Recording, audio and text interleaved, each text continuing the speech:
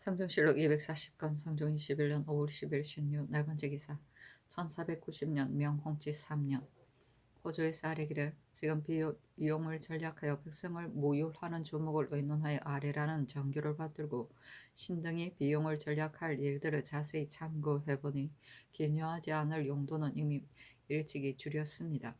만약 백성을 모율하려 한다면 공부를 덜어주는 것보다 더 나은 것이 없는데 이번에 비가 흡족하게 내리기는 했으나 농사가 풍년이 들지 흉년이 들지는 미리 알 수 없습니다. 청근대 가을이 되기를 기다렸다가 만약 흉년이 들게 되면 곡물을 감해주는 것이 어떻겠습니까? 하니 전교하기를 과연 그렇다. 그러나 무릇 곡물 중에 민간에서는 마련하기 어려우면서 국가의 쓰임새는 기묘하지 않은 것은 감하는 것이 가하다 하였다. 성교실록 240권 성종 21년 5월 11일 임술 첫 번째 기사 조참을 받다. 성종실록 240권 성종 21년 5월 11일 임술 두 번째 기사 경년에 나아가다 강하기를 마치자 장령 조형문이 아뢰기를 윤언루는 지금 공문을 받는 중이고 박납한 사실이 명백하니 참컨대 그의 직을 가소서 하니 임금이 좌우를 돌아보며 물었다. 영사 홍응이 대답하기를 신은 그 사건의 전날을 모릅니다. 그러나 공문이 끝나기를 기다려 조처하시는 것이었다 하겠습니까? 하자 임금이 말하기를 윤원노가 옥에 나아가 사건 관련자들과 대지를 하기를 청하기 때문에 지금 의금부로 옮겨 고문하고 있는 중이다. 그 사실을 조사하지도 않고 갑자기 파직하는 것이 가한가 하니 조형문이 아뢰기를 대평과 신말도 모두 박납을 행한 자들로서 비록 윤언노의 종은 아니지만 모두 윤언노의 위세에 의하여 한 자들인데 지금 도망하여 숨고 나타나지 않으니 매우 주도 면밀합니다. 하니 임금이 말하기를 만약 윤언노가 박납을 했다면 진실로 부당하고 사실이 아닌 사건으로 윤언노를 억지로 추국하는 것 또한 불가하다. 대평과 신말동 등이 나타난다면 그 사실을 알 수 있을 것이다 하였다. 조형문이 다시 아뢰기를 실제로 종의 소행이라고 하더라도 주인도 죄가 없을 수 없습니다.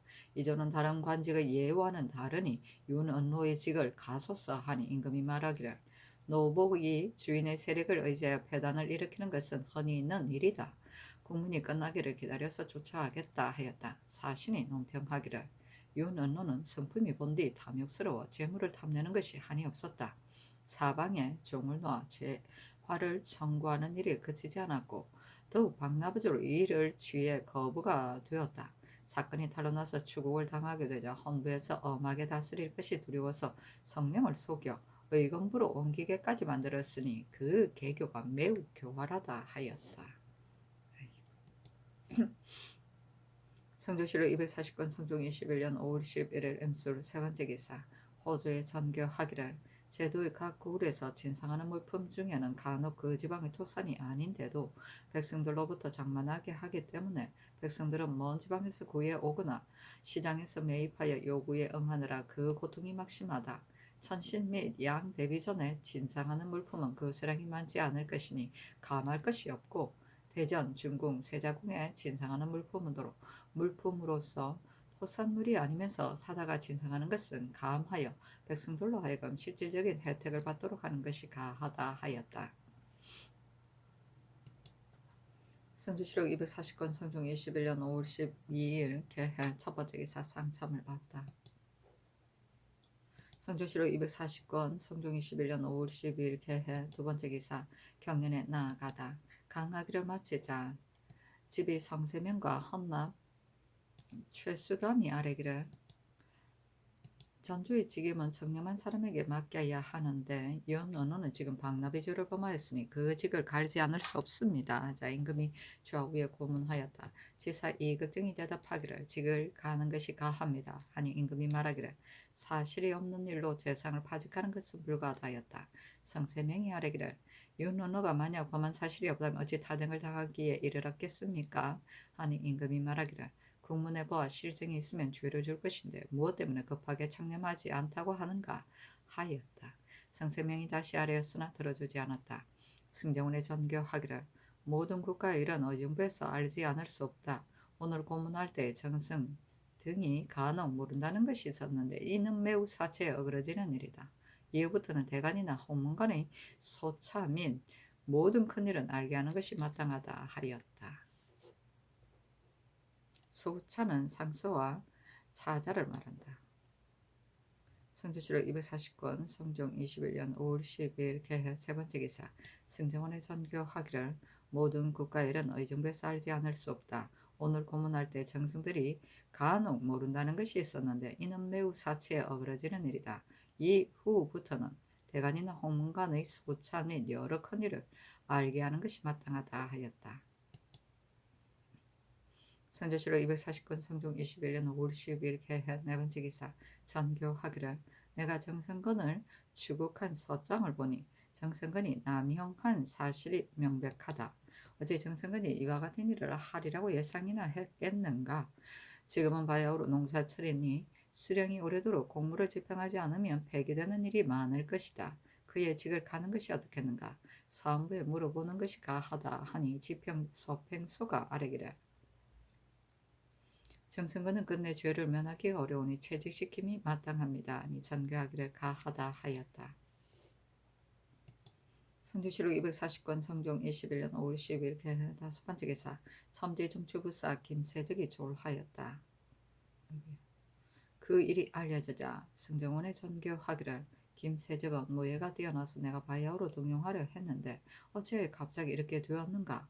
모자라는 상례의 용분이 무엇인지 그 집에다 물어보고 아뢰라 하였다. 성조실록 240권 성종 21년 5월 12일 개해 여섯 번째 기사. 형조에서 아뢰기를 능성의 죄수인 사비 산비가 그 주인 수생이 제 오라비인 종 신동의 머리털을 휘어잡았다고 산비가 수생을 붙들고 그가 입은 옷을 찢은 죄는 유리 참대시에 해당합니다. 아니 명하여 영도령 이상 및 의정부에 보이게 하였다. 시면은 의논하기를 산비는 율문에 의하면 사형이 합당합니다 하고 윤필상 노사시는 의논하기를 산비의 죄는 목을 잡거나 목을 조른 예는 아니니 중한 형벌을 적용하는 것은 실도 온당하지 않습니다 하고 홍응은 의논하기를 산비의 일은 노비와 수인의 분이로 보면 지극히 불순하여 비록 극형을 당하더라도 유감이 없습니다. 그러나 율문에는 정조가 없어 목을 잡거나 목을 조른 것으로 비율하여 적용하는 것은 의에 혼당하지 못하니 사형을 감해주는 것이 어떻겠습니까 하고 이 철견은 의논하기를 산비가 비록 그 오라비를 구원하려고 하더라도 노비와 수인 사이의 명분은 지극히 중한 것이니 용서하지 못할 죄입니다 하고 손수녀는 의논하기를 대명률에 무릇 노비로서 주인을 꾸짖는 자는 사죄에 해당한다고 했으니 산비가 정말 그 주인의 의복을 찢었다면 저는 응당 사형에 해당됩니다. 다만 그 추안을 보면 정인의 공술도 명확하지 않습니다.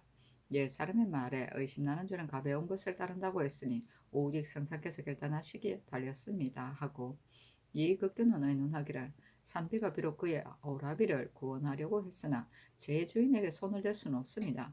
다만 목을 잡거나 목을 조른 조문으로 조율하는 것은 온당하지 못할 듯합니다. 그러나 관장을 욕하고 꾸짖는 것도 사형에 해당되니 산비의 죄는 진실로 의심할 것이 없습니다. 아니 어서 하기를 죄는 비록 사형에 해당하나 증거가 분명하지 않으니 차라리 큰 죄를 놓아주어 법을 제대로 집행하지 못한다는 실수를 범하는 것이 제 왕의 살리기 좋아하는 덕이다. 사형을 감하도록 하라 하였다. 성조실록 240권 성종 21년 5월 10일 개해 일곱 번째 기사. 주강에 나아가다. 성조실록 240권 성종 21년 5월 12일 개해 여덟 번째 기사. 석강에 나아가다. 성조실록 240권 성종 21년 5월 14일 얼축 첫 번째 기사. 국기일이다. 성조실록 240권 성종 21년 5월 14일 얼축 두 번째 기사. 병화도관찰사 유지가 고산리진 천절제사 양관의 첩부에 의가에 아뢰기를 이번 4월 25일 야인 9명이 정세를 살피러 간 우리나라 사람 이중실 등 3명을 잡아가 동약사가 머물러 주둔한 곳에다가 머물러 두게 하고 있었는데 만포 첨절제사 이영희가 변을 듣고 즉시 갑사 안중문 등 40여인을 뽑아 발자취를 따라 추격해 하였더니 야인들이 흩어져 달아나므로 이중실 등을 탈취하여 돌아왔습니다 하였다. 명하 영도령 이상 및 의정부 병조에 보이게 하였다. 심현은 의논하기를 강변의 여러 진으로 하여금 군사를 정비하여 변에 대비하게 하고 동약사가 그대로 머물면서 떠나지 않으면 변장들이 군사의 위험을 보여 강제로라도 본토로 돌려보낼 것을 유시하는 것이 어떻겠습니까 하고 윤필상은 의논하기를 이중실 등이 잡혀갔던 이런 마당이 관찰사로 하여금 신문하도록 하고 또 절도사에게 하유하여 방어해가는 모든 일을 더욱 조처하게 하는 것이 어떻겠습니까 하고 홍응은 의논하기를 피인들이 이익을 얻지 못하고 돌아갔으니 반드시 다시 와서 도둑질을 할 것입니다. 더욱 방비를 튼튼하게 함이 어떻겠습니까 하고 이익극변은 의논하기를 저들 도적들이 이중실 등을 잡아가 동약사의 집 앞에 머물러 두었으니 만포 첨절제사 이영희는 즉시 군사를 거느리고 급히 추격하여 잡았어야 할 것인데도 변에 대응함이 늦었고 단지 갑사 수십인만 파견하였으므로 적을 잡지 못하고 군기를 잃었습니다. 고산리 적재사 양반은 이중실 등이 잡혀갔다는 사실을 급히 만포에 고하여 서로 협공했어야 할 것인데도 늦어서 미치지 못했습니다. 만약 군법으로 논한다면 모두 죄가 있는 것입니다. 동약사는 도둑들이 자기의 집 앞에 와서 주둔하였는데도 즉시 우리에게 달려와 알리지 않았으니 어찌 성심을 다해 기부하는 자라고 할 수 있겠습니까? 이것이 건접을 허락할 수 없는 큰 단서입니다. 하고 노사시는 의논하기라 관찰사로 하여금 추국하여 계문하도록 한 뒤에 다시 의논하는 것이 어떻겠습니까? 하고 이 철견은 의논하기를 도적들의 숫자가 많지 않았는데 이 중실 등이 실제로 정세를 살피러 갔다면 어찌 포로가 되었겠습니까? 그들이 정세를 살피러 갔다는 말은 믿기가 어렵습니다. 또 만포 첨절제사 이영희는 직접 추격하여 잡지 않고 군졸만 보내었다가 도적들을 잡지 못하였으니 또한 죄가 있는 것입니다. 별도로 조정 관원을 보내어 사실을 조사해 밝힌 뒤에 다시 의논하는 것이 어떻겠습니까? 하고 손수녀는 의논하기를 적정을 살피던 군사가 도적들에게 잡혀갔으니 변장은 즉시 군사를 거느리고 추격하여 잡았어야 할 것인데 두려워서 몸을 움츠리고 머뭇거리다가 잔약한 병조를 보내어 포로되었던 사람들을 도로 빼앗아왔으니 단지 요행일 뿐입니다. 피인들이 못된 짓을 한 뒤에 동약사의 집 앞에 투숙했으니 형세로 보아 그들과 동무했을 것입니다. 그러나 일일이 추획할 수는 없으니 오직 성상의 결단에 달렸습니다. 하고 이 극교는 의논하기를 신이 오랫동안 변방을 지켰기 때문에 잘 압니다만 정세를 살피러 간 사람들이 물고기를 잡고 짐승을 쫓다가 이 때문에 포로되는 자들이 잠못 많은데도 진장들은 태연스레 놀라지 않는 것이 습관이 되어 예산 일로 여깁니다. 이 중실 등이 붙잡힌 것 역시 반드시 이 때문일 것입니다. 이 영희는 직접 가지도 않고 단지 군졸 40인만 파견하여 겨우 포로되었던 세 사람만 빼앗아오고 적도들을 사로잡지 못했으니 견책을 가하는 것이 마땅합니다. 동약사가 만약 성심으로 기술했다면 이 중실 등이 잡힌 것을 직접 보았으니 마땅히 와서 변을 고했어야 할 것인데도 지금 격언에는 기록하지 않고 있으니 강대부사가 수약한 서장을 기다려야 알 수 있을 것입니다. 만약 동약사가 알면서도 고하지 않았다면 강을 건너 머무는 것은 단지 저의 생계를 꾀하기 위함이며 성심으로 기순하지 않았음이 명백하니 물리치는 것이 가합니다. 하고 이곡동, 권건, 안호는 의논하기를 진장들이 삼가서 조치하지 아니하여 나졸들이 잡혀가도록 하고 또 잡혀간 사람들의 숫자가 아마도 3인뿐 아닐런지도 모르니 속히 조정의 관원을 보내어 자세하게 추국하는 것이 어떻겠습니까? 하였다. 성조실록 249권 성종 21년 5월 14일 을축 세 번째 기사 평안도 절도사 이조양이 치계하기를 신이 전지를 받들고 동약사에게 본토로 돌아가도록 다 일렀더니 동약사는 굳이 한가고 듣지 않으면서 지금은 농사철이라 집을 거두어 돌아가게 되면 어차피 우리는 살아갈 길이 없을 것이니 추수를 한 뒤에 돌아가겠다고 했습니다. 전부때 군사의 위세를 써서 몰아낸 뒤에 그의 집을 불태우고 울타리를 철거하며 농토를 짓밟아버려 다시 오지 못하도록 하는 것이 어떻겠습니까? 하였으므로 영돈영 이상과 의정부 병조에 명하여 의논하게 하였다. 시민은 의논하기라 동약사는 끝내 가까운 지역에 살도록 허락해서는 안 됩니다. 그러나 만약 변장으로 하여금 몰아내고 그들의 집을 불태우게 하면 저들이 반드시 분하고 원통한 마음을 가질 것이니 서서히 달래어 돌려보내는 것이 마땅합니다. 만약 그렇게 해도 듣지 않을 경우에는 위험을 보이는 것도 가합니다. 하고 윤필상은 의논하기를 동약사는 구차하게 우선 당장 편한 방법으로 대해서는 안 될 것이니 경상도 삼포의 외인도 감개될 것입니다. 지금의 계책으로는 전일에 하교 받은 대로 설득했다가 듣지 않을 경우에는 그들의 집을 불태우며 농토를 짓밟고 쫓아내어 돌아가게 하는 것이 편할 듯합니다. 하고 홍응은 의논하기를 그들을 은금하여 거절하지 못하도록 했다가 만약 명령을 듣지 않는다면 위험을 보여야 합니다. 지금 계본을 살펴보니 전혀 돌아갈 생각이 없으니 전일 의논한 대로 변장으로 하여금 장사를 거느리고 가서 쫓아 돌려보내는 것이 어떻겠습니까? 하고 이극되는 의논하기를 동약사 등은 굶주림이 절박하여 우리가 구휼해 줄 것을 바라고 온 것뿐이니 핍박하여 몰아내는 것은 비록 일시적으로 쾌한 일이란지는 모르나 제왕으로서의 인덕은 아닙니다. 또 변방의 현반이 이로부터 생길지도 모르니 신의 생각으로는 모든 요구 조건은 일체 거절하고 허락하지 않으면서 명나라에서 만약 알게 된다면 너희들이 우리에게 다 같이 해가 될 것이다. 우리 병력으로 너희들을 소탕하는 것이 무엇이 어렵겠는가? 너희들은 처자를 거느리고 본토로 돌아가는 것이 옳다고 이렇게 반복해서 말하여 그들로 하여금 안심하고 거절할 수 없도록 한다면 저들이 반드시 돌아갈 생각을 가질 것입니다. 하고 노사시는 의논하기를 저들이 의를 사모하여 와서 살려고 한다면 잘 어루만져 살게 하여 우리의 울타리가 되도록 하는 것이 진실로 마땅합니다.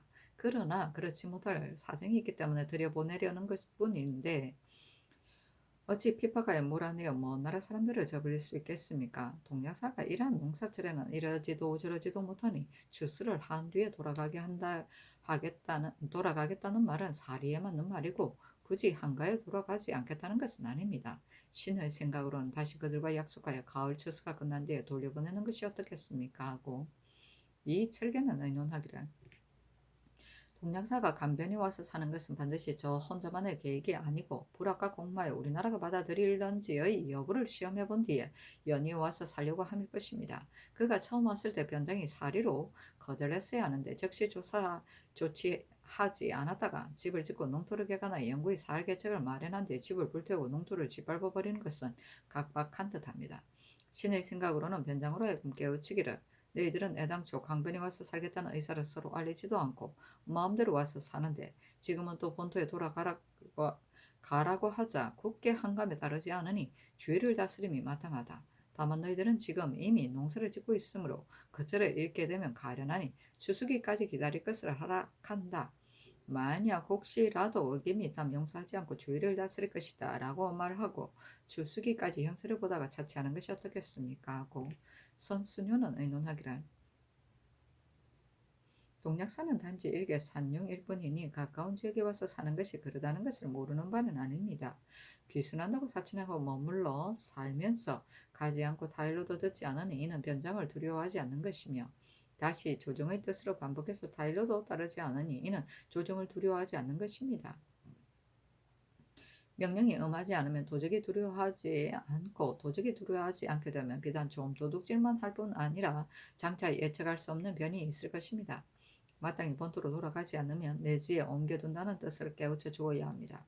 그리고 또 명을 어긴 죄를 다스리고 그래도 듣지 않으면 변장에게 명하여 군사를 정돈하여 위험을 펼치고 조정에 잡아다가 죄를 물어 조치하면서 대국의 위험을 보여야 합니다. 하고 이 극규는 의논하기를 동약사는 집을 짓고 농토를 개간하여 편안히 살고 있으니 그의 내심은 필시 국가에서 비록 온갖 방법으로 위협해도 끝내 살육하지 않을 것이다.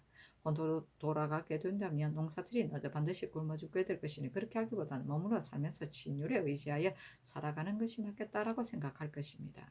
지금 만약 그의 집을 불태우고 농토를 짓밟아 버린 뒤 핍박하여 쫓아버린다면 제왕이 오랑캐를 대접하는 도리가 아닙니다. 신의 생각으로는 저들이 만약 출소한 뒤에 기꺼이 물러가지 않는다면 내지로 옮겨두겠다는 뜻으로 타이르고 그래도 가지 않을 경우에는 해산진의 김단단무의 예에 따라 강제로 다른 도의 내지로 옮기는 것이 어떠하겠습니까? 하고 이국동 권건 원민 안호는 의논하기를 동약사 내토한 본인은 본토에 농사짓는 시기를 잃은 것을 인하여 우리의 염량에 힘입어 미급한 처지를 면하는 데 불과할 뿐입니다.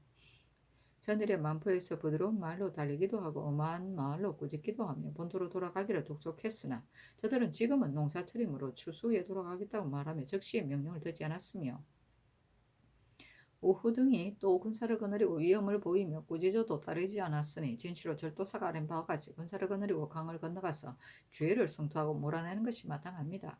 그러나 본진의 군사수가 적으니 내재의 병력으로 도와야 하는데 그렇게 되면 군사를 징발하는 동안 우리 농사에 해가 될 뿐만 아니라 강물이 붓고 초목이 무성한 계절이 될 것이니 강을 건너 군사를 활용하는 것은 만전의 계책이 아닌 듯합니다. 지금은 우선 말하기를 너희들이 애초에 기근 때문에 왔는데 지금은 농사철이므로 우선 너희들의 소원대로 따르겠으나 추수 후에는 약속과 같이 즉시 돌아가야 한다. 그렇지 않으면 후에도 미치지 못할 것이다. 라는 말로 설득했다가 추수 후에도 만일 명을 따르지 않으면 절도사가 아랜대로 시행해도 늦지 않을 것입니다. 아니 어서 하기를. 동력사가 변경 가까이서 농막을 지은 것은 생업을 잃고 우리에게 살 길을 정하는 것에 불과하나 뒷날 우리의 허실을 엿보게 된다면 몰래 좀 도둑질할 꾀를 부릴 것이며 혹은 사나움을 부릴 계략을 낼 것이니 어찌 아무 일 없다는 것을 보장하겠는가. 모름지기 이번 기회를 이용하여 우리의 당당한 형세를 보여서 저들의 움트는 계략을 꺾어버려야 한다. 만약 그들의 집을 불태우고 농토를 짓밟아 버린다면 제왕의 너그러운 용서하는 도가 아니니 진실로 거행할 수 없는 일이다.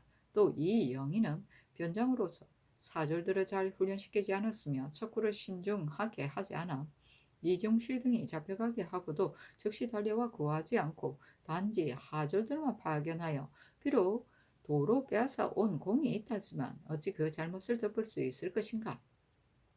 지금 이 영희를 잡아오고 훌륭한 장수로 대신하여 군정을 일신함으로써 동야사 등으로 하여금 소문을 듣고 두려워하게 하고자 한다. 새로 부임하는 장수는 사람을 보내어 동약사를 불러다가 가을을 넘길 수 없다는 뜻을 깨닫도록 일러주고 따위를 얻지 않을 경우 군사들의 위험을 보이고 잡아와서 가두어 놓고 반복해서 타이르되 그래도 전처럼 되지 않으면 서울에 잡아와서 국가의 위험을 엄하게 보이는 것이었다 하겠는가.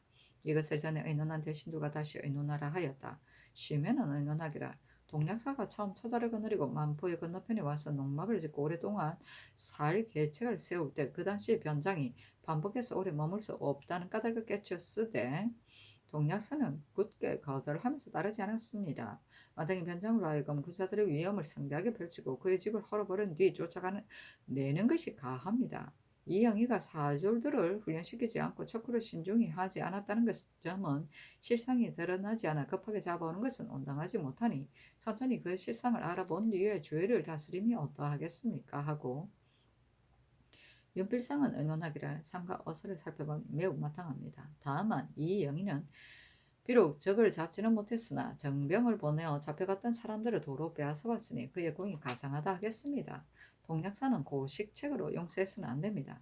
의당 병장으로 하여금 군사의 위험을 성대하게 펼쳐서 날짜를 정해 몰아내어 본토로 돌려보냄이 마땅합니다. 하고 홍응은 의논하기를 지금 성상의 뜻을 살펴보니 진실로 마땅합니다. 다만 이중실 등은 고산리의 정탐꾼들이고 만포의 정탐꾼이 아니니 이영희가 비록 직접 하지 않았다고 하더라도 다른 사람을 보내 잡혀갔던 사람들을 도로 빼앗아왔으니 작은 공이 없지는 않습니다. 그런데 그를 잡아오게 하고 다른 장소로 대신케 하면 너무 지나친 듯합니다. 우선 본도에서 취획하기를 기다렸다가 그 계본에 따라 조처한다고 해도 늦지 않을 것입니다. 동력사의 일은 본도 절도사에게 명하여 직접 가서 반복해서 깨닫도록 일러주고 성상의 뜻도 같이 시행하는 것이 어떻겠습니까? 이급의 노사시는 의논하기를 어서가 진실로 마땅합니다 하고 이 철개는 의논하기를 이 중실 등이 조심하여 척구하지 않다가 적에게 붙잡힌 것은 바로 고산이 진장의 호령이 평소에 엄하지 못했기 때문입니다. 이 영희는 달려가 구하지 않았으니 동약사가 보기에도 장수의 위험이 없을 것 같으니 새로운 장수를 파견하여 자세하게 깨우치고 위세를 보인다면 매우 다행하겠습니다 하고 이 극견은 의논하기를 부착역한 이중실 등은 고산일 군졸입니다. 이 영희는 스스로 달려가지 않고 다만 부하 병조들을 보내어 잡혀갔던 사람만 빼앗아오고 적은 하나도 잡지 못했으니 진실로 주의를 피할 길이 없습니다. 그러나 이 영희는 채직 시기가 이미 임박했고 또 전일에는 수호에 잘못이 없었으며 뒤에는 호로를 도로 빼앗아온 공로가 있으니 지금 만약 잡아온다면 변장을 대우하는 의리에 어긋날 듯합니다. 신의 의견으로는 이 영희를 채직시켜 경관에 보임하고 훌륭한 장수를 선발하여 성상의 하교를 가지고 가서 여러 가지 방법으로 깨우쳐 주고 혹시 따르지 않을 경우 다시 품하여 조처하는 것이 적당할 듯합니다 하고 이극동 공건 윤민 안호는 의논하기를 성상의 하교는 진실로 마땅합니다. 다만 척후를 신중하게 하지 않아 포로가 되게 한 것은 양관의 죄입니다. 이영희는 다만 스스로 추격하여 잡지 않은 것일 뿐입니다. 그러나 일을 할 때는 만전을 기해야 하는데 이영희가 만약 가벼이 보고 곧바로 나아갔다면 그가 무사했으리라고 어찌 보장할 수 있겠습니까? 양과는 이쪽에 있었고 척구하는 사람들은 저쪽에 있었으니 기미를 살피지 못하고 포로가 되게 한 죄는 척구한 사람들과 한 가지입니다. 우선 전에 의논 느린 대로 조정관원을 보내어 포로된 사람들이 많은지 적은지를 다시 조사하여 조회를 정하고 동약사에게도 재차 깨우치게 하고 추수 후에 군사의 위험을 보이고 본토로 돌려보내는 것 등의 일은 전일의 의논들인 대로 시행하는 것이 어떻겠습니까? 하고 하니 전교하기를 양관 등을 추국하는 일은 병조에서 의논하는 대로 하라. 지금 여러 의논을 보니 모두 이영희가 군사를 보내어 적을 추격하여 포로된 사람을 빼앗아 왔으니 죄가 없다고 이야기하나 내 생각에는 그렇지 않다. 이 영희는 이웃진에 변이 있다는 말을 들었으니 마땅히 친히 변말을 거느리고 강을 건너 요격하여 공격했어야 했다. 그렇게 했더라면 장수의 위험을 떨칠 수 있어 비록 수루를 얻지 못했더라도 가할 것인데 단지 병졸 40명만으로 적을 추격하여 잡지 못했으니 어찌 죄가 없다고 하겠는가. 그래도 변장해 둘 수 없으니 그대로 변장해 둘 수 없으니 우선 채직시켜 경직으로 불러들이고 속히 훌륭한 장수를 보내어 대신케 하라 하였다. 성조실록 240권 성종 21년 5월 14일 을충 네 번째 기사. 허혼을 만포 첨절제사로 삼고 임금이 친히 쓴 사목을 허혼에게 주었는데 그 사목에 이르기를 1. 동약사 등이 만약 새 절제사가 부임했다는 소문을 들으면 반드시 배로 올 것이니 마땅히 다른 사람을 시켜 강을 경계로 하고 말하기를 너희들은 처음부터 명령을 듣지 않고 제멋대로 성저에 왔는데 우리나라는 중국과 국경에 따라 있어 머무는 것을 허락할 수 없으므로 이미 본토로 돌아가라고 명했으나 지금까지 돌아가지 않으니 진실로 주의를 지은 것이다. 내가 처음 명을 받고 와서 어찌 너희들이 강을 건너오는 것을 허락할 리가 있겠느냐라고 하라. 1.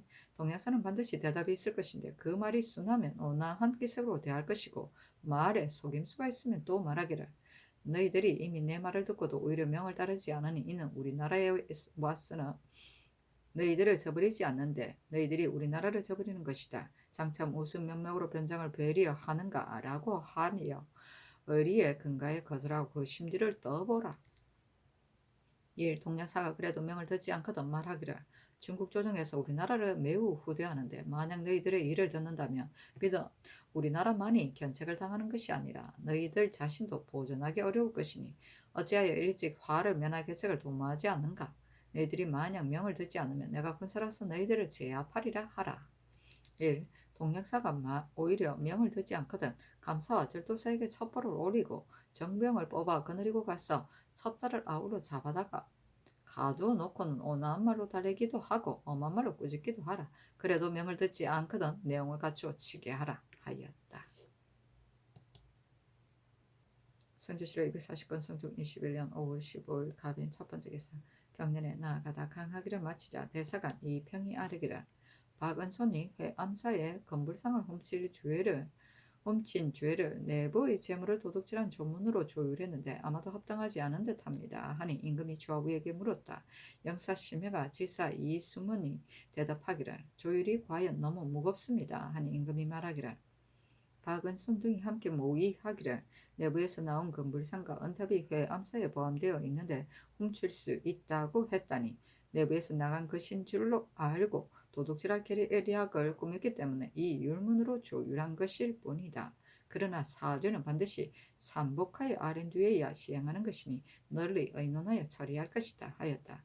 이 평이 또 아뢰기를 박개수가 양인임을 호소하는 사건은 기한이 지났다 하여 수리하지 않았다 합니다. 신등의 생각은 온당하지 않다고 여겨 일찍이 농계했더니 대전을 찬장하는 한 대신들에게 물어보라 하명하셨는데 모두 신들의 소견이 옳지 않다고 했습니다. 신의 생각은 대전의 결옥일한 조에 보면 모든 잘못 판결된 아비와 자식, 적처와 첩, 양윤과 천인을 분간하는 것 등의 정리상 박절한 사건은 다른 관하에서 호소하는 것을 허락한다. 그 나머지 판결은 당상관 및 방장이 갈려간 뒤 다시 호소할 때는 갈려간 지 3년이 지난 것은 청리하지 않는다라고 되어 있습니다. 문맥으로 보면 아우러 청리하지 않는다라고는 하지 않았고 그 나머지 3년을 지난 것은 청리하지 않는다라고 했습니다. 그렇다면 정리상 박절한 것은 비록 3년이 지났더라도 청리해야 하는데 다만 대전의 문맥을 분석하지 않았을 뿐입니다. 신이 일찍이 노사신을 보고 대전의 문장에 대해 질문했더니 노사신은 신의 소견이 옳다고 했습니다. 또 일찍이 경연청에 나아가 홍응 및 경영 재상 등에게 문의했더니 모두들 신의 소견이 옳다고 했습니다. 그러므로 신이 그렇게 아린 것입니다. 지금 대전을 찬정한 대신들에게 하문하셨는데 그 말이 전에 말한 것과 상반되니 신은 거기 의아합니다. 권세 있는 집에서 양인인 줄 알면서 천인을 만들고 입안을 받은 경우 당사자는 그 당시에는 혹 몰랐다가 3년이 지난 뒤에 비로소 사실을 알고 호소하려고 해도 기한이 지났다고 정리하지 않게 된다면 원통하고 억울함이 반드시 많을 것입니다. 신의 생각으로 이러한 일들은 비록 3년을 지나더라도 청리를 허락하는 것이 가할 것으로 여겨집니다. 하였는데 임금이 좌우에 고문하였다. 영사심해는 말하기를 기한을 정하지 않으면 쟁송이 그칠 날이 없을 것입니다 하고 지사 이승우는 말하기를 만일 정리에 박절한 사건이라면 어찌하여 3년이 지나도록 송사하지 않고 기다렸겠습니까? 대전의 뜻은 이것입니다 하고 특진관 이극도는 말하기를 신 역시 대전을 찬정할 때 참여했었는데 여러 신하들과 재산 모순된 것이 있는가를 보았으나 진실로 의심할 만한 것은 없었습니다. 과연 이승훈이 아는 것과 같이 정리박절한 경우라면 어찌 3년이나 되도록 송사하지 않았겠습니까? 다만 관리가 분명하게 분간하지 못하여 기한이 넘었다고 가탁하고 정리하지 않는 것이 혹 있을지는 모릅니다. 하자 임금이 말하기를 박계수의 사건은 고쳐 분간하려고 김심에게 주어 아뢰게 했던 바 김신이 기한이 지났으니 청리하면 마땅하지 못하다고 하므로 대전의 문의를 찬정한 대신들에게 문의했더니 모두들 기한이 지났으며 청리하지 말아야 한다고 하였다. 내 생각으로도 무지한 백성 중에 정말 간원의 소원과 같이 즉시 와서 송사하지 못한 자들도 간혹 있을 것이다. 홍은과 노사신의 말은 어찌 전후가 다른가 하였다. 내부는 궁중의 재화의 간직과 복식, 포진, 등촉의 출납에 관한 일을 맡아보던 곳을 말한다. 또는 그 창고를 말한다. 방장은 관하에서 실무를 나눠 맡아보던 분사의 담당 실무자를 말한다. 분장이라고도 한다. 성조실록 240권 성종 21년 5월 15일 병인 두 번째 기사 의건부의 잔지 하기를 황해도의 강도 김막동과 같은 무리인 업천은 일찍이 강관죄를 범하여 옥사가 성립되었는데 도망을 갔으니 죄가 죽임이 마땅하다. 얼마 후 김막동이 무리를 재령에 가두자 김막동이 본도의 감사를 협박하여 업천을 탈출시켰으니 그가 김막동의 당녀임이 분명하다. 마땅히 끝까지 추국해서 실정을 알아내 형전을 바로잡을 것이로되 여러 차례 고문을 당해 지금은 이미 위태로운 지경에 되었으니 만약 또 형벌을 가하다가 목숨이라도 끊어지게 되면 인정상 불쌍하기도 하다. 특별히 사형을 감하여 먼 섬에 유배하고 영원히 돌아오지 못하게 하라 하였다. 성조실록 240권 성종 21년 5월 15일 병인 세 번째 기사 평안도절도사 이조양에게 하사하기를 지금 경의 계본에 따라 모든 것을 갖추어알았다. 동약사가 강 건너에 와서 살지만 어찌 성심으로 효순하여 국가를 위하는 신민이겠는가. 농사가 실패되자 우리의 변경에 의탁하여 살아가기를 바랄 뿐이니 또 몰아내어 장래의 환란을 건절시킴이 마땅할 것이다. 그러나 집을 불태우고 곡식을 짓밟는 것은 모든 것을 평등하게 보아 다 같이 사랑하는 의리가 아니다. 이 영의는 이러한 기회에 군사를 정지하여 국가의 위험을 보이고 또 동약사를 꾸짖어서 그로 하여금 두려움을 알게 했어야 했다. 그런데도 수십 명의 잔약한 병주로 겨우 잡혀갔던 사람들만 빼앗아오고 적을 잡아오지는 못했으니 어찌 책임이 없겠는가. 이에 이영희를 퇴직시키고 대신 다른 장수에게 3억을 주어 보낸다. 동약사가 만약 명령을 듣지 않는다면 경은 마땅히 정의한 군사를 뽑아 보내어 그 처자까지 아울러 잡아와서 가두고는 온화한 말로 달리기도 하고 엄한 말로 꾸짖기도 하다가 그래도 명령을 듣지 않을 경우에는 사유를 갖추어지게 하라. 또 이것을 관찰사 유지에게도 알리라 하였다.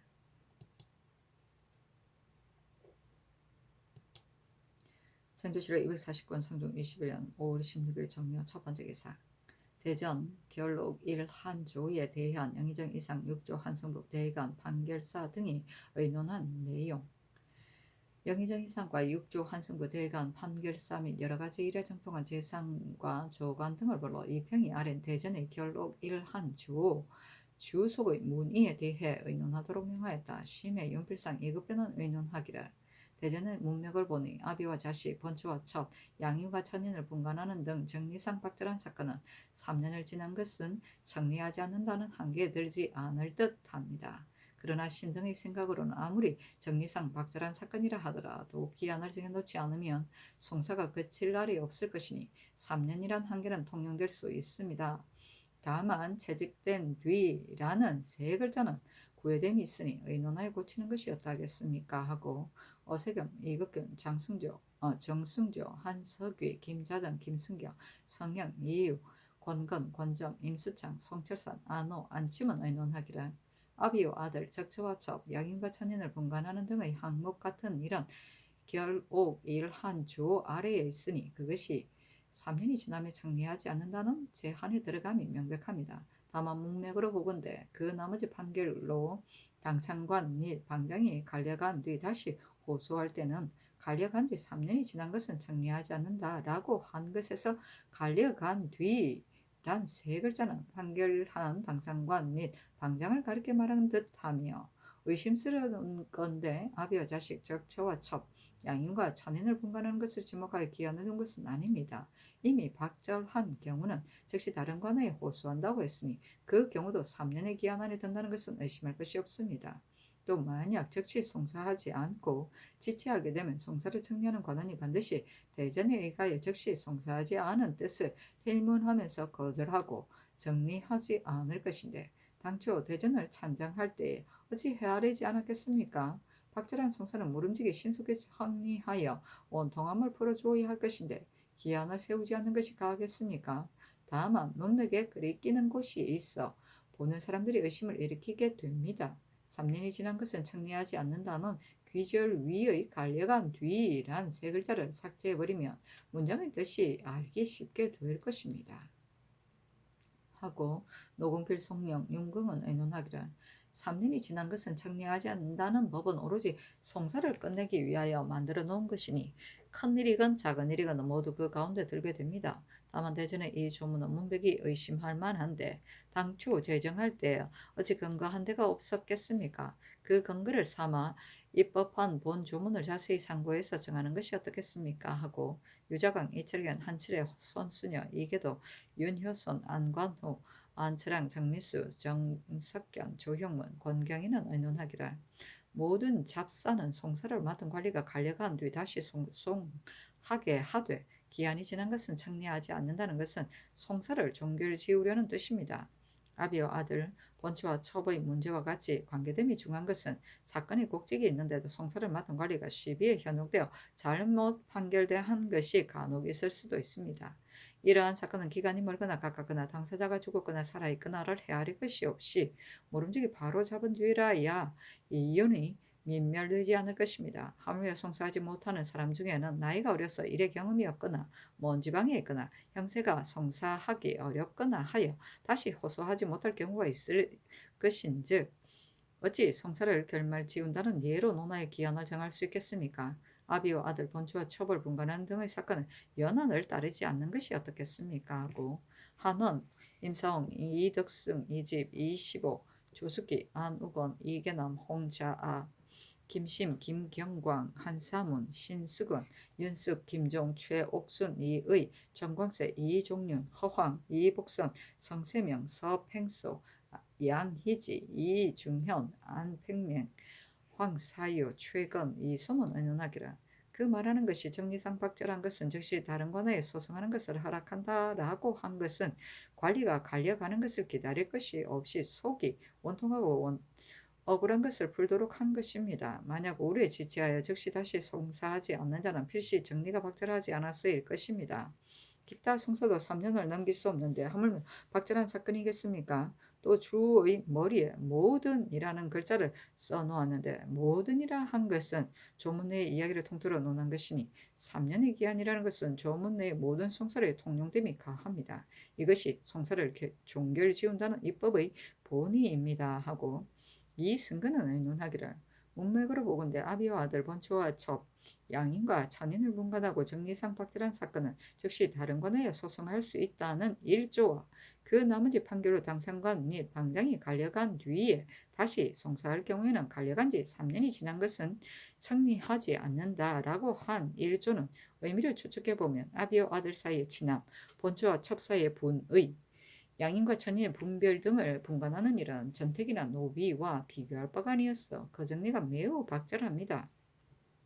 그러므로 가령 오늘 잘못 판결났다고 하면 내일 다른 관하에 송사하도록 허락을 하니 이러한 송사의 준퇴와 구속을 일정한 기간에는 구애받지 않을 듯합니다. 가령 어떤 사람이 한번 양이님을 호소하여 잘못된 판결이 난 뒤 그 자신은 곧 죽었는데 자식은 어리고 호소해 줄 다른 사람도 없는 경우 그 자식이 장성한 뒤에 다시 송사하려고 한다면 이미 3년의 기한이 지난 것이니 국가에서는 기한 내에 미처 못했다고 해서 청리하지 않을 것입니다. 가령 연한을 정하지 않으면 송사가 끝날 날이 없다라고 말한다며 세자라까지 송사할 수 있는 법이 있으니 기한은 저절로 있는 것입니다. 다만 신이 어제 경련에 입시했을 때 들으니 이극돈이 형조는 바로 세조대왕께서 친히 산정하신 것인데 그 본인은 송사를 결말 지우는 데 있었으며 비록 아비와 자식 본초와 첩 양육과 천인을 분간하는 일 역시 정한 기한 내에 들어간다고 했습니다. 과연 이 말과 같다면 그 당시에 명을 받들어 찬정한 대신들이 아직도 많이 생존해 있으니 두루 찾아보고 의견을 귀결시킨 뒤에 처음 찬정할 때의 본의를 중외에 밝히는 것이 어떻겠습니까? 아니 어서 하기를. 내가 대전의 문맥을 보니 비록 두 기줄로 간주되나 또한 대단한 착오는 아니다. 그러나 대전은 한번 정해진 법이니 한 사람의 말에 따라 가벼이 고칠 수는 없다. 또 이 판서의 말을 들으니 형제는 바로 세조께서 친히 찬정한 것이라고 하니 그 당시에 명을 받들어 찬정한 대신들이 아직도 살아있는데 어찌 글귀를 가지고 본의를 잃도록 했어야 두겠는가. 이 성견의 의견에 따라 찬정한 대신을 방문하여 의견을 귀일시켜 아련 뒤에 다시 의논하는 것이 마땅하다 하였다. 대사관 이평이와 사리기를 삼가 어스를 보니 이승근의 의견에 따라 대전을 찬전한 대신들을 방문하여 의견을 귀일한 뒤에 다시 아뢰는 것이 마땅하다고 하셨는데 신의 생각으로는 아비와 자식, 본초와 첩, 양인과 천인을 분간하는 등의 항목과 같이 정리상박절한 사건은 세조께서 친히 찬정하실 때에도 역시 연한을 두려고 했다면 어찌하여 그 나머지 옥사는 당상관이나 방장이 갈려간 뒤 다시 송사할 때는 3년을 지나면 아우려 청리하신다 라고 하지 않고 곧 갈려간 뒤에 다시 송사하게 하되 갈려간 뒤 3년이 지난 것은 정리하지 않는다라고 했겠느냐는 것입니다. 정리상 박절한 사건은 연한을 두지 않는다는 것은 귀절마다 명백합니다. 세조께서 어찌 문장 내용을 모르시어 그 본의를 이뤘겠습니까? 지금 세조께서 친히 찬정한 문장 내용을 믿지 않으시고 그 당시에 찬정한 대신들에게 물으려고 하시니 신등의 의혹이 더욱 심합니다. 아비와 아들 본초와의 첩을 분간하는 일은 세상에 흔히 있는 일은 아니나 양민에게 있어서 양인의 구실이 너무 무겁기 때문에 권세가 의탁하여 종이 되려는 자가 참으 많습니다. 세조의 법을 따라 연한을 두지 않는다면 국가에서 많은 양민을 얻을 것이지만 만약 대전을 개정하여 기한을 두게 된다면 장차 양민은 모두 다 사찬이 될 것입니다. 오늘 조정의 대소 신료들이 모두 여기에 모였으니 가부를 물어 결정하는 것이 적당합니다. 꼭 찬정한 대신들에게 물어볼 필요는 없습니다. 하니 어서 하기를. 그대들은 어찌하여 세조께서 친히 찬정하신 문장 내용을 불신한다고 하는가? 어제 대신의 말을 듣고 오늘 여러 사람의 의견을 보니 문장을 따지는 견해가 규리되지 않으므로 대전의 본의를 알려고 하면 이 성근의 의견과 같이 찬정한 대신들에게 물어본 뒤에 문장의 본의를 정하는 것이 마땅하다는 것이다. 그렇게 하지 않고 한각 그릇된 견해로 결정하게 된다면 어찌 세조께서 친히 찬정하신 본의를 이는 것이 아니겠는가 하고 이어 찬정한 대신들에게 의논하라고 명하였다. 정현조는 의논하기를 대전을 찬정할 때 신이 출납을 관장했습니다. 그러나 세월이 오래되어 세조의 본의를 헤아릴 수가 없습니다. 하고 임원주는 의논하기를 대전 5결조의 아비와 아들 양인과 천인 등에 관한 사항은 관리가 관리할 기한을 기다릴 필요 없이 다른 관하에 송사하도록 허락한 것은 정리가 박절한 까닭입니다. 만약 3년이 지났는데도 호소하지 않으면 무엇 때문에 기한이 지난 뒤에 다시 소송하게 해서 송사가 끝날 날이 없도록 하겠습니까? 그 본인은 아비와 자식, 양인과 천인 등을 분간하는 사건도 역시 3년이란 기한에 듭니다. 하니 장교하기를. 찬정한 대신에 의견이 이러하니 박절한 사건도 3년 기한에 포함시킴이 분명하다. 이것으로 전지를 내려 중회에 효유하도록 하라 하였다.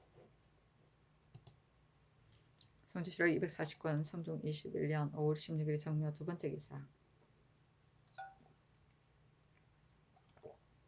사헌부지평 이중현이와 쌀이기를 이병정, 김계종, 임원, 이백, 김봉정, 안윤복 등은 박은순과 두 얼언이 도둑질한 물건을 사들이기도 하고 물건 선물을 받기도 한 것은 탐호한 데 관계가 되니 죄를 다스리지 않을 수 없습니다. 하물며 이병정은 한 지방을 맡은 대신으로서 하는 짓이 이와 같으니 어찌 능히 아래 사람을 단속할 수 있겠습니까? 청간대 모름지기 공문하소서 하니 전교하기를 이 병정 등이 어찌 도둑질한 물건임을 알고서 사들였겠느냐 하니 이 중현이 다시 아뢰기를 관리가 장호죄를 범하면 비록 수량이 적은 물건이라도 범한 죄에 따라 마땅히 징계해야 합니다. 하물며 변장과 수령의 불법 사실이 적발되었는데도 드러내기를 어렵게 여겨 다스리지 않으니 어떻게 악을 징계할 수 있겠습니까? 또 박은순 등은 검언을 훔친 채로 부추된 자들입니다. 이 병정이 어찌 그것이 도둑질한 물건인 줄 모르고 샀겠습니까? 비록 자기의 물건으로 사는 것도 불가한데 하물며 공과의 쌀과 배를 가지고 산단 말입니까? 오늘 재상들이 모두 대중에 모였으니 신의 말로 하순한다면 그 누가 공문하는 것이 불가하다겠습니까? 아니 전교하기를 재상들과 의논하겠다 했다. 재상들이 모두 공문할 것을 청하자 전교하기를 여러 사람의 의견을 따르겠다 하였다. 성조실록 240권 성종 21년 5월 16일 정묘 세 번째 기사.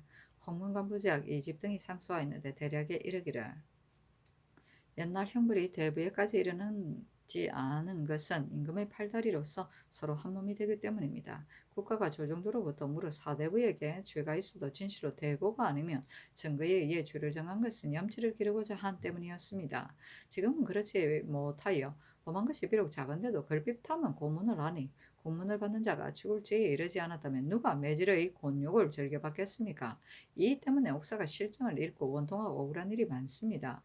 대가는 조정의 채무인데도 하루아침에 죄인이 되어 문득 헌부에 나아가 뜰 아래서 공문을 받으며 노복들의 손에 곤욕을 당하는 이는 헌부의 신하를 대원한 채무가 아닙니다. 원하건대 조정도의 고사를 따르시어 사대부는 죄가 있더라도 가벼이 고문을 사용하지 마시고 대간이 죄가 있을 경우에는 다른 관하로 옮겨 고문하신다면 아래서도 자중한 할 줄을 알고 선비들의 기풍도 격려될 것입니다. 아니 전교하기를 지금 상수한 뜻을 보니 판결하기 어려운 일이 있다. 증거에 따라 죄를 정하라고 했는데 만일 한 사람이 죄를 범했는데 사건 관련자들이 이미 자복했다면 죄를 범한 자가 비록 자복을 안 하더라도 죄를 줄 수 있다.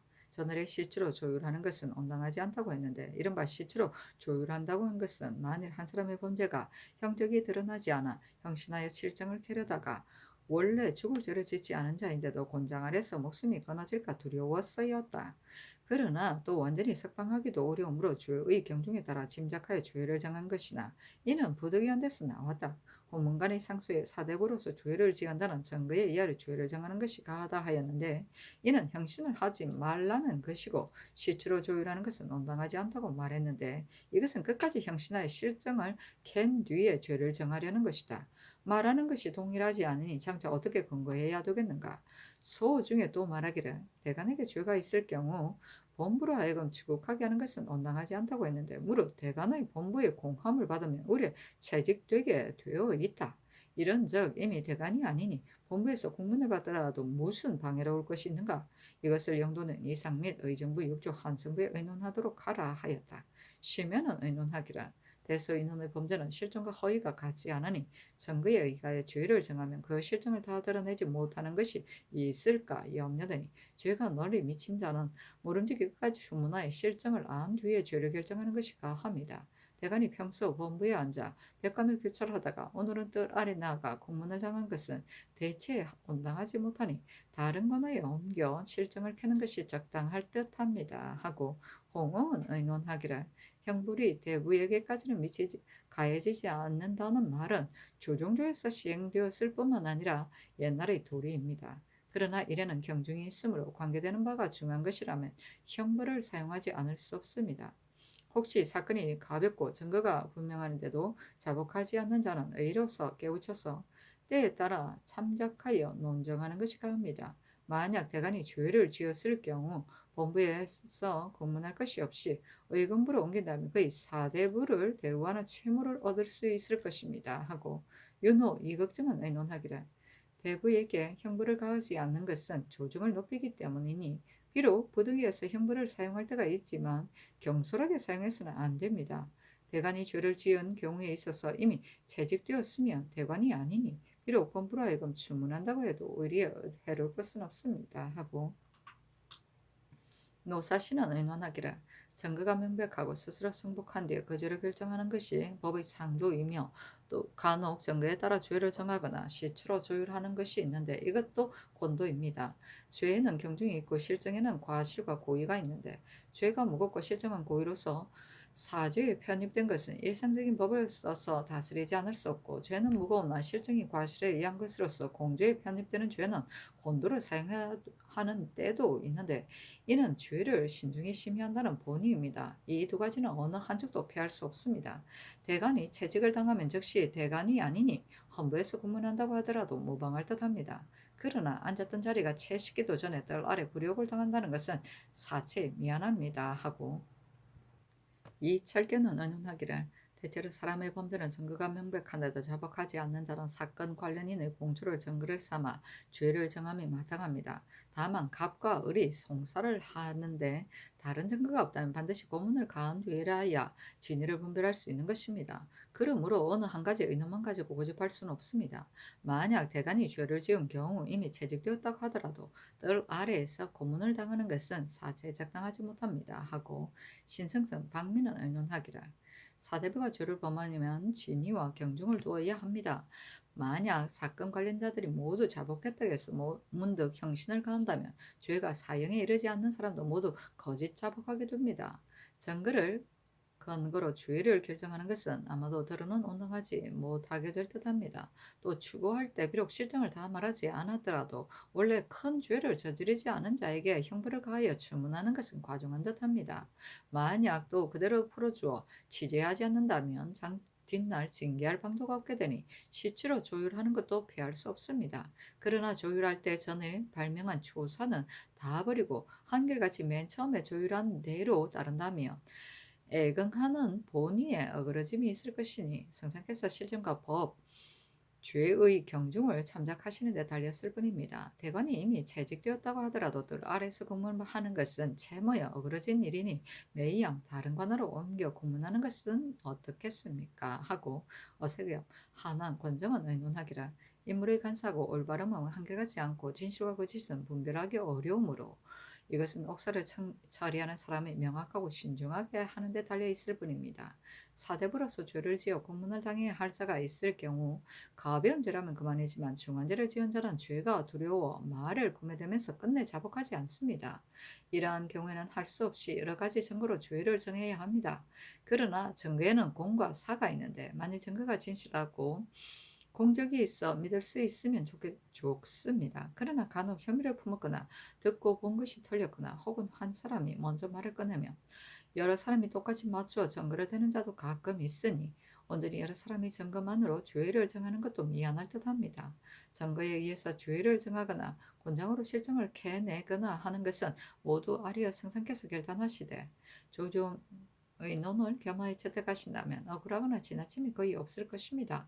시추를 조율하게 되면 모든 범죄자는 관대한 언전을 바라 굳게 속이며 자복하지 않을 경우 버려두면 법의 권위가 없어지고 매질을 하면 지나치게 되어 어쩔 수 없이 이런 임시의 법제를 두었지만 그것도 명확하고 신중하게 하는 데 달려 있을 뿐입니다. 대관이 죄를 지어 본부에서 공문을 당하는 것은 비록 이미 채직되었다고는 하나 어제까지 같은 관부에 함께 앉아 같이 국사를 의논하다가 오늘은 뜰 아래 엎드려 공문을 당하게 되니 사람의 마음으로 가진 자라면 어찌 부끄러워 기가 꺾이지 않겠습니까? 더구나 그 노북들은 모두 전일 부리던 자들인데 하루아침에 그들의 손에 제재를 받게 되면 공을 빙자에 능멸하니 현직에 있는 자들까지도 흘겨보면서 필시 훗날 나 역시 저들에게 이렇게 매질을 당할 것이다 라고 말할 것이니 이는 상하가 삼가고 염치를 장려하는 것이 아닙니다. 사대부로서 죄가 있어 추문을 받을 자는 예의에 의하여 의금부로 옮겨 문초하는 것이 어떻겠습니까? 하고 이승훈 하는 연탄은 의논하기를 대관으로서 죄를 범한 경우 추신하여 추국해야 할 자는 다른 관하에 옮겨 국문한다고 하더라도 실정을 켤 수 있을 것인데 어찌하여 꼭 본부로 하여금 국문하도록 해서 대체를 훼손시킬 것입니까? 또 사대부가 범한 죄 중에는 정상의 경중이 있을 것이니 대체에도 상관이 없고 정거에도 억울해짐이 없는 경우에는 판리에 해당되는 사람들과 같이 가벼이 고문을 가하는 것이 마땅하지 않습니다. 만약 중죄에 해당되고 증거가 또 어긋날 경우에는 고문을 하지 않을 수 없으니 때에 따라 짐작해서 처리할 뿐입니다. 하고 이곡동 권건 윤민 안호는 의논하기를 사대부가 범한 죄가 종묘 사직에 관계된 것이 아니라면 누가 기꺼이 차마 권장을 치겠습니까? 만약 형신을 가한다면 모두 반드시 승복할 것이니 옥사의 억울함이 이로서부터 말미암을까 두렵습니다. 만약 근거할 만한 근거가 있는 자라면 증거에 의하여 죄를 정하고 근거할 만한 증거가 없는 자는 원정과 법을 참작하여 죄를 정한다면 운동하거나 지나친 배단이 거의 없을 것입니다. 혹 실정이나 법에 모두 의심스러운 점이 있는 것도 죄의 경종을 참작하여 권도에 따라 판결하게 된다면 성인의 의심스러운 죄는 가볍게 처리한다는 본의에 따라 매우 부합할 것입니다. 반드시 영신을 가하여 끝까지 추국한 뒤에 실정을 켤 것은 없습니다. 또 지금 한 사람이 두 가지 죄를 범하여 그 중 한 가지 죄만 자복했을 경우 조율하라는 명이 내렸을 때 단지 자복한 죄만 조율해야지 승복하지 않은 죄까지 아울러 조율하는 것은 부당합니다. 근래 옥관들이 반드시 원죄에 따라 모든 죄를 조율하는데 이것은 실정이나 법에 혹 미안한 이후부터는 시추로 조율할 때는 증거가 있으면 모든 죄를 조율하지만 증거가 없으면 자복한 죄만 조율한다면 증거에 의하여 죄를 정하는 법과 서로 어긋나지 않을 것입니다. 대관의 경우에 있어서 이미 채직되었으니 본부에서 추국한다고 해도 무방할 듯합니다. 그러나 어제까지 당 위에 앉아 진퇴를 호령하던 자가 오늘에는 노복들의 손 아래 꿇어 엎드려 무시하고 업신여김을 당하게 되니 이렇게 하는 것은 계급을 엄하게 하는 소위가 아닙니다. 건부나 형조, 간원에서도 못할 것이 없는데 어찌하여 꼭 본부이겠습니까? 하고 노금필 송령은 의논하기를 옛날의 형벌이 사대부에게까지 미치지 않은 것은 임금과 가깝기 때문입니다. 비단 사대부의 염치를 장려하기 위한 것만이 아닙니다. 또 임금을 높여서 불경을 미리 멀리 하려는 것입니다. 그런데 지금은 조신이 죄를 범하면 사건이 명백하지 않은데도 반드시 뜰 아래 잡아와서 공문하다가 승복하지 않으면 형장을 사용하기까지 하여 실정을 켜니 대부를 대우하는 법도 가 지극하지 못한 데가 있습니다. 만약 증거가 명백히 갖추어져 있는데도 숨기는 것 또한 사대부가 임금을 섬기면서 속이지 않아야 한다는 법도가 아닙니다. 그러나 인정은 갖지 않으니 어찌 사람마다 충신을 할 것을 기필할 수 있겠습니까? 이 때문에 조정조에서 증거에 따라 죄를 정하는 법이 있었으니 실로 이는 사대부를 높이는 임시 편이었습니다. 다만 사람들이 범한 죄가 한결같지 않기 때문에 비록 옥사가 갖추어져 의심할 것이 없는 경우에도 오히려 변명할 것이 있는데 의뢰 증거에 따라 주의를 줄 것 같으면 필시 실정이나 법으로 보아 아마도 모두 적당하지는 못할 듯합니다. 신등의 생각으로는 사건의 크고 작은 것이나 실정의 진실되고 거짓된 것은 다만 때에 따라 승상께서 결단하실 뿐입니다. 대관이 탄핵을 받아 채직되었으면 이미 본부의 관원이 아니니 비록 본부에서 공문을 당하더라도 방해로울 것이 없을 듯합니다. 그러나 맡아 다스리던 이숙이나 노복들은 어제까지 부리던 자들인데 오늘 그들의 손 아래 곤욕을 당하게 되니 사지에 온당하지 못할 듯합니다. 더구나 주요상을 따지는 관할은 본부만이 아니니 지금부터 대관 중에 과실이 있을 경우에는 다른 관할로 옮겨 고문하는 것이 온당할 듯합니다. 하고 선거는 의논하기를 헌문관의 상소 내에 사대부가 지은 죄로서 아주 큰 사건이 아니면 증거를 근거로 죄를 정함으로써 염치를 기르라는 말이 있는데, 신의 생각으로는 대체로 죄를 범한 사람은 비록 큰 사건이 아니더라도 스스로 발명하지 않으면 안 될 일이 있습니다. 만약 이것은 큰 사건이 아니니 출신할 것이 없다 하고 한결같이 증거에 따라 죄를 정한다면 스스로 변명할 길이 없어 묵묵히 죄를 받는 자도 있을 것입니다. 이와 같이 된다면 높이려고 하던 것이 도리어 해가 됩니다. 무릇 사대부에게 죄가 있으면 사건 관련인들의 조사가 귀일한 뒤에 별도로 추국하여 옥사의 논리에 따라 더 바뀔 것이 없을 경우는 사건 관련인의 공초에 따라 죄를 정하는 것이 가합니다. 그러나 옥사에 더 바뀔 것이 있으면 다시 자세히 추구하고 사건이 아무리 자세히 조사하더라도 밝히기 아주 어려운 것은 형추하는 것도 부득이한 일입니다. 이렇게 한다면 거의 온통하고 억울한 지경에는 이르지 않을 것입니다.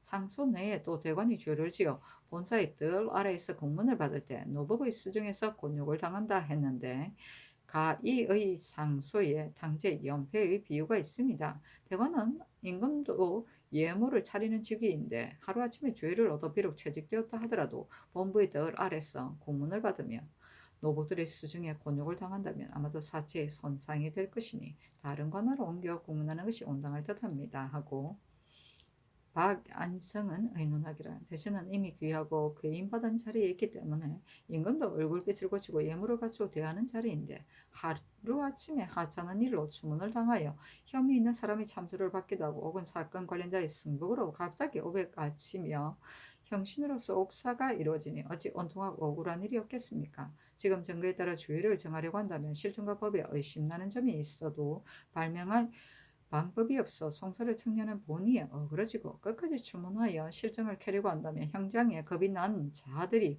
모두 거짓 자복할 것인즉 또한 대신을 대우하는 예무에 손상이 됩니다. 신의 생각으로는 모든 사대부의 잡범은 처음에 범한 사건의 경중과 공사를 살피고 증거의 말을 거듭 고찰하고 반복해서 물은 뒤 그래도 승복하지 않는 자는 시추로 조율하여 그 죄의 경중을 참자 죄를 결정하는 것이 옳습니다. 강상에 관계되는 큰 죄에 있어서는 흉악한 자의 행적이 이미 드러났는데도 완강하게 불복한다면 형신을 당하더라도 가합니다. 그리고 대가는 임금의 이목과 같은 관원으로서 백사를 교찰하고 풍속을 진작시키는 것이 임무이기 때문에 그 직임이 높고도 소중합니다. 어쩌다가 죄를 지어 뜰 아래 불려와 치죄를 당하게 되면 서리들은 윗자리에 앉아 붓을 잡고 죄상을 기록하고 노복들은 곤장을 잡고 끼고 서서 독촉하며 문초하고 능욕하니 대체 어떻겠습니까? 만일 다른 문초할 곳이 없다면 그만이지만 다른 관할도 있는데 하필이면 본부이겠습니까? 하고 이육은 의논하기를 옛날 공자는 염류에게 답할 때 명분을 바로잡지 않는 것이 허물이 된다고 말하였고, 가인은 한 문제에게 관하면서 측근 신하에게 매질을 가하고 형틀에 묶는 것은 욕된 일이라고 했습니다. 모두 염치를 장려하고 절행을 높이는 도리입니다. 공자의 말은 만세의 경이고 역사의 사안 문제는 가이의 말을 충분히 받아들여 신하들의 절행을 배양했다고 칭하니 어찌 아름다운 일이 아닙니까? 헌문관에서 상소한 대인은 아마 이것을 말함일 것입니다. 지금 사대부들에게 죄가 있으면 해당 관하에서 공함으로 신문하고 비록 도류나 곤장을 받을 사람도 관리에 따라 반드시 속박치게 하니 선비를 대우하는 예가 후하다고 하겠습니다. 다만 국문을 받는 자가 증거가 명백한데도 순순히 승복하려 하지 않기 때문에 유사는 반드시 증거로 들을 것을 빙자하여 걸핏하면 고문을 가하여 형틀에 얽어매고 매질을 하는 참혹한 일이 생깁니다. 이것이 헌문관에서 증거에 의하여 죄를 결정하자는 까닭입니다. 그러나 이래는 옳고 그른 것이 있고 죄는 가볍고 무거운 것이 있으며 증거 또한 한결같은 공심에서 나왔다고 기필할 수 없기 때문에 증거에 따라 죄를 정하면 아마도 미안한 점이 있을 것이라고 한 것입니다. 이오는 성상께서 가볍고 무거운 것과 옳고 그른 것을 참작하시어 존귀한 사람들로 하여금 노예의 손에 능욕을 당하는 일이 없게 하심으로써 조정을 높이고 신분상의 구분을 엄히하실 뿐입니다. 대간에게 죄가 있을 때 범부로 하여금 근무하게 하며 온당하지 못하다고 하는 것은 무릇 대간은 위험이 있고 직임이 무거운 법사에 앉아 조정의 득실을 규찰하는 자이기 때문입니다. 일시적인 작은 죄로 문득 본사에 끌려가 전일 호령하는 서리들에게 곤욕을 당하게 하는 것은 합당한 일이 아닙니다. 만일 범한 죄가 결코 용서할 수 없는 것이라면 다른 관하에서도 충분히 죄를 따질 수 있습니다. 하고 이 개남은 의논하기를 대체로 사건에는 곡직이 있고 조에는 경중이 있습니다. 만약 사건이 사곡에서 나왔고 범죄가 무거운 것이라면 형신을 가하여 추문하지 않을 수 없으나 일이 공무상 착오이거나 경미한 죄인데도 조금 의심스러운 점이 있으면 문득 형신을 가하는 것은 사대부를 대우하는 예가 아닌 듯합니다. 또 대관은 임금의 이목이 되어 기강을 펴는 직책이기 때문에 임금도 예모로 대우하고 조정에서도 경외하는데 하루아침에 주의를 얻으면 곧바로 뜰 아래 잡아다가 전일의 앞에서 부리던 자들로 하여금 함부로 능욕을 가하게 하는 것이 어찌 합당한 일이겠습니까? 비록 본부가 아니더라도 유사가 있는데 어찌하여 본부에서 공문한 뒤에야 반드시 죄가 다스려지겠습니까? 아니 정교하기를 때에 따라 짐작하여 처리하겠다 하였다.